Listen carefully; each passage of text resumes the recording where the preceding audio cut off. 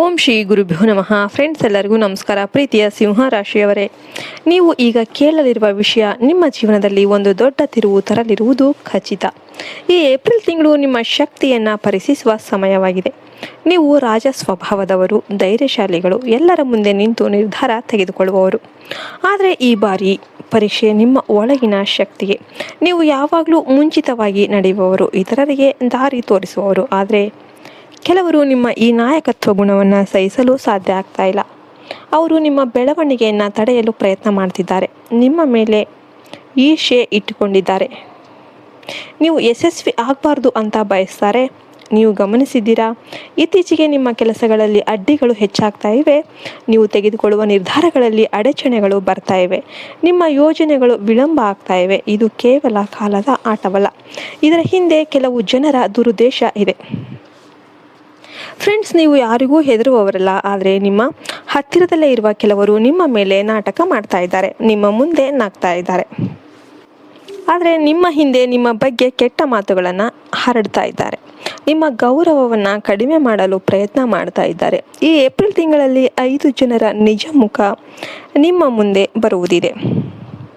ಅವರ ಹೆಸರುಗಳು, ಅವರ ಅಕ್ಷರಗಳು ನಿಮಗೆ ಒಂದು ಸೂಚನೆ ನೀಡುತ್ತೆ. ಮೊದಲ ವ್ಯಕ್ತಿಯ ಹೆಸರು ಎಂ ಅಕ್ಷರದಿಂದ ಪ್ರಾರಂಭವಾಗುತ್ತೆ. ಎರಡನೇ ವ್ಯಕ್ತಿಯ ಹೆಸರು ಎಸ್ ಅಕ್ಷರದಿಂದ, ಮೂರನೇ ವ್ಯಕ್ತಿಯ ಹೆಸರು ಆರ್ ಅಕ್ಷರದಿಂದ, ನಾಲ್ಕನೇ ವ್ಯಕ್ತಿಯ ಹೆಸರು ಕೆ ಅಕ್ಷರದಿಂದ, ಐದನೇ ವ್ಯಕ್ತಿಯ ಹೆಸರು ಎ ಅಕ್ಷರದಿಂದ ಆರಂಭವಾಗುತ್ತೆ. ಈ 5 ಜನರು ನಿಮ್ಮ ವಿರುದ್ಧ ಕೆಲಸ ಮಾಡ್ತಾ ಇರ್ತಾರೆ. ಇವರು ನಿಮ್ಮ ಸ್ನೇಹಿತರು ಆಗಿರ್ಬೋದು, ನಿಮ್ಮ ಜೊತೆ ಕೆಲಸ ಮಾಡುವವರಾಗಿರಬಹುದು, ಅಥವಾ ನಿಮ್ಮ ಕುಟುಂಬದಲ್ಲಿ ಇದ್ದವರು ಕೂಡ ಯಾರಾದರೂ ಒಬ್ಬರು ಆಗಿರಬಹುದು. ನೀವು ಇವರನ್ನು ಸಂಪೂರ್ಣವಾಗಿ ನಂಬಿದ್ದೀರಾ. ಆದರೆ ಈಗ ಸತ್ಯವನ್ನು ಅರಿಯುವ ಸಮಯ ಬಂದಿದೆ.